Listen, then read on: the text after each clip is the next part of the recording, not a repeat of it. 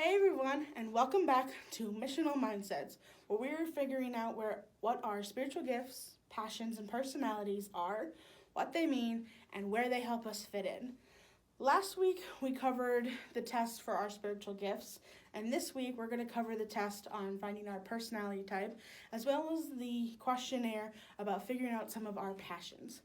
Now, for those of you who maybe haven't quite finished last week or gotten to it yet, you're probably wondering why we're not on Facebook Live or in person tonight, and that is because, unlike the rest of my family, I am still in Florida on vacation. What can I say? I needed a vacation. So I didn't want my vacation to, again, interrupt, this process we've been going through in this discipleship class. So I'm posting this video for you guys so that you guys can take the tests on your own and in your own time before we gather back together live and on Facebook Live and in person next week, week 5. This week, we are covering personality and passions. The next section in your guys' hard copy packets is the one for the personality test. A couple weeks ago, remember, I mentioned that there are several different personality tests, which you're welcome to take if you want to, but for the purposes of this class, we're sticking with the Myers-Briggs test. And the reason for that is because one of the books that I've been reading, and one of the books I found really helpful for taking your personality and plugging it into the church, is a book called Soul Types. And Soul Types takes your Myers-Briggs indicator personality, and it kind of helps you understand how it works with prayer, study, service, what it means for you, and what it means for you interacting with the church, and it's a great read.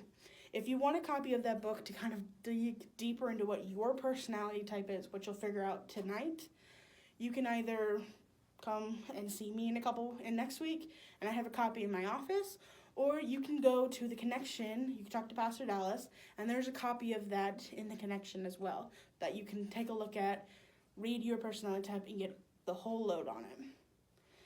So, this personality test, if you have a hard copy, is a lot smaller than the spiritual gifts one we took last week, but it's still very good. It has great instructions for helping you answer the questions and then add up your total at the bottom or several pages in, or you can figure out your 4-letter Myers-Briggs.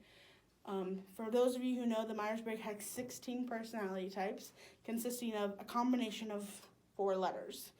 All right, so when you have your 4 letters, that is your personality type. For those of you who are doing the online test, this website, 16 Personalities, is a phenomenal online test for you to take. Even if you're taking the test on the hard copy, I highly recommend also taking it online. It's got more questions, it's more in depth, and it's a very more accurate study for your personality type. It also lets you see, when you click on your personality type, it gives you a huge rundown of what this means, how it looks like, some of the strengths and weaknesses, all sorts of things that you can use to help better understand your personality type and then use it to plug into the church. We'll go through some of those things in a couple of weeks when we meet and we talk about what your personality types are, but that one, it'll give you a great start on that website. Just like last week, I would love for you, after you finish taking this test, to drop a comment right here and to actually say what your personality type is. I would love for everyone to be able to see how different we are when it comes to our personalities, whether or not you're an extrovert or an introvert, whether you're a thinker or a feeler, those kind of things. Plus, I will also be using what your personality types are to kind of, go more in depth on our last class time. So go ahead and drop the comment. The last thing we're going to do is we're going to figure out some of our passions. And the third section of the packet of papers that you have, if you have a hard copy, is the questionnaire for figuring out your passions. It's not a test like the other two were, but it's more in-depth questions that really make you stop and think about what it is you're most passionate about when it comes to serving God and fulfilling God's mission, the Missio Dei. Passions, we talked a couple weeks ago, can be, both a good thing and a bad thing. You just have to balance it out right. And that's why this questionnaire is really good for you to fill out so that you can focus in on what your good passions are for the church. For those of you who have the hard copy, go ahead and fill it out. For those of you who don't have the hard copy, there isn't necessarily a great online version, unless you want to look for the PDF, which is a little hard. So what I'm going to do is at the end of this video, I'm going to post the questions, just so you can scroll through them. You can pause the video, write down the questions, answer them, and take the exact same thing that everyone else is taking. Once again, I would love for you, when you finish this, to just drop a comment on what you think some of your, let's say your top 2 passions are.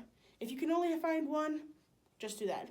If you have a lot that you're super passionate about, just talk about the first top 2, the ones that you're really, really passionate about, so that we can talk about them a little bit more in depth in a couple of weeks.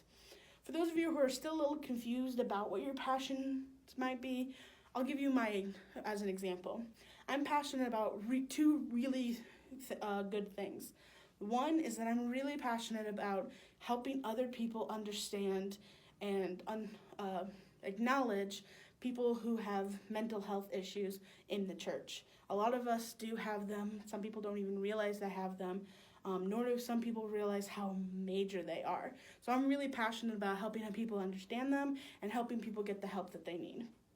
Another thing I'm really passionate about is reintroducing art into the church. How it helps us understand the Bible, as well as it helps us, kind of just connect our brain and our body and the rest of everything. It's something that, as an artist, that I'm really, excited about, but I'm also really passionate about just helping people understand how it fits in. Those are some examples of the things that I'm passionate about. So go ahead and drop a comment about what you think you're most passionate about, that we can go more in depth with in a couple of weeks. I'm really excited. I will be back in person with you guys and on Facebook Live next week, so don't forget to tune in for that. But until then, see you guys later.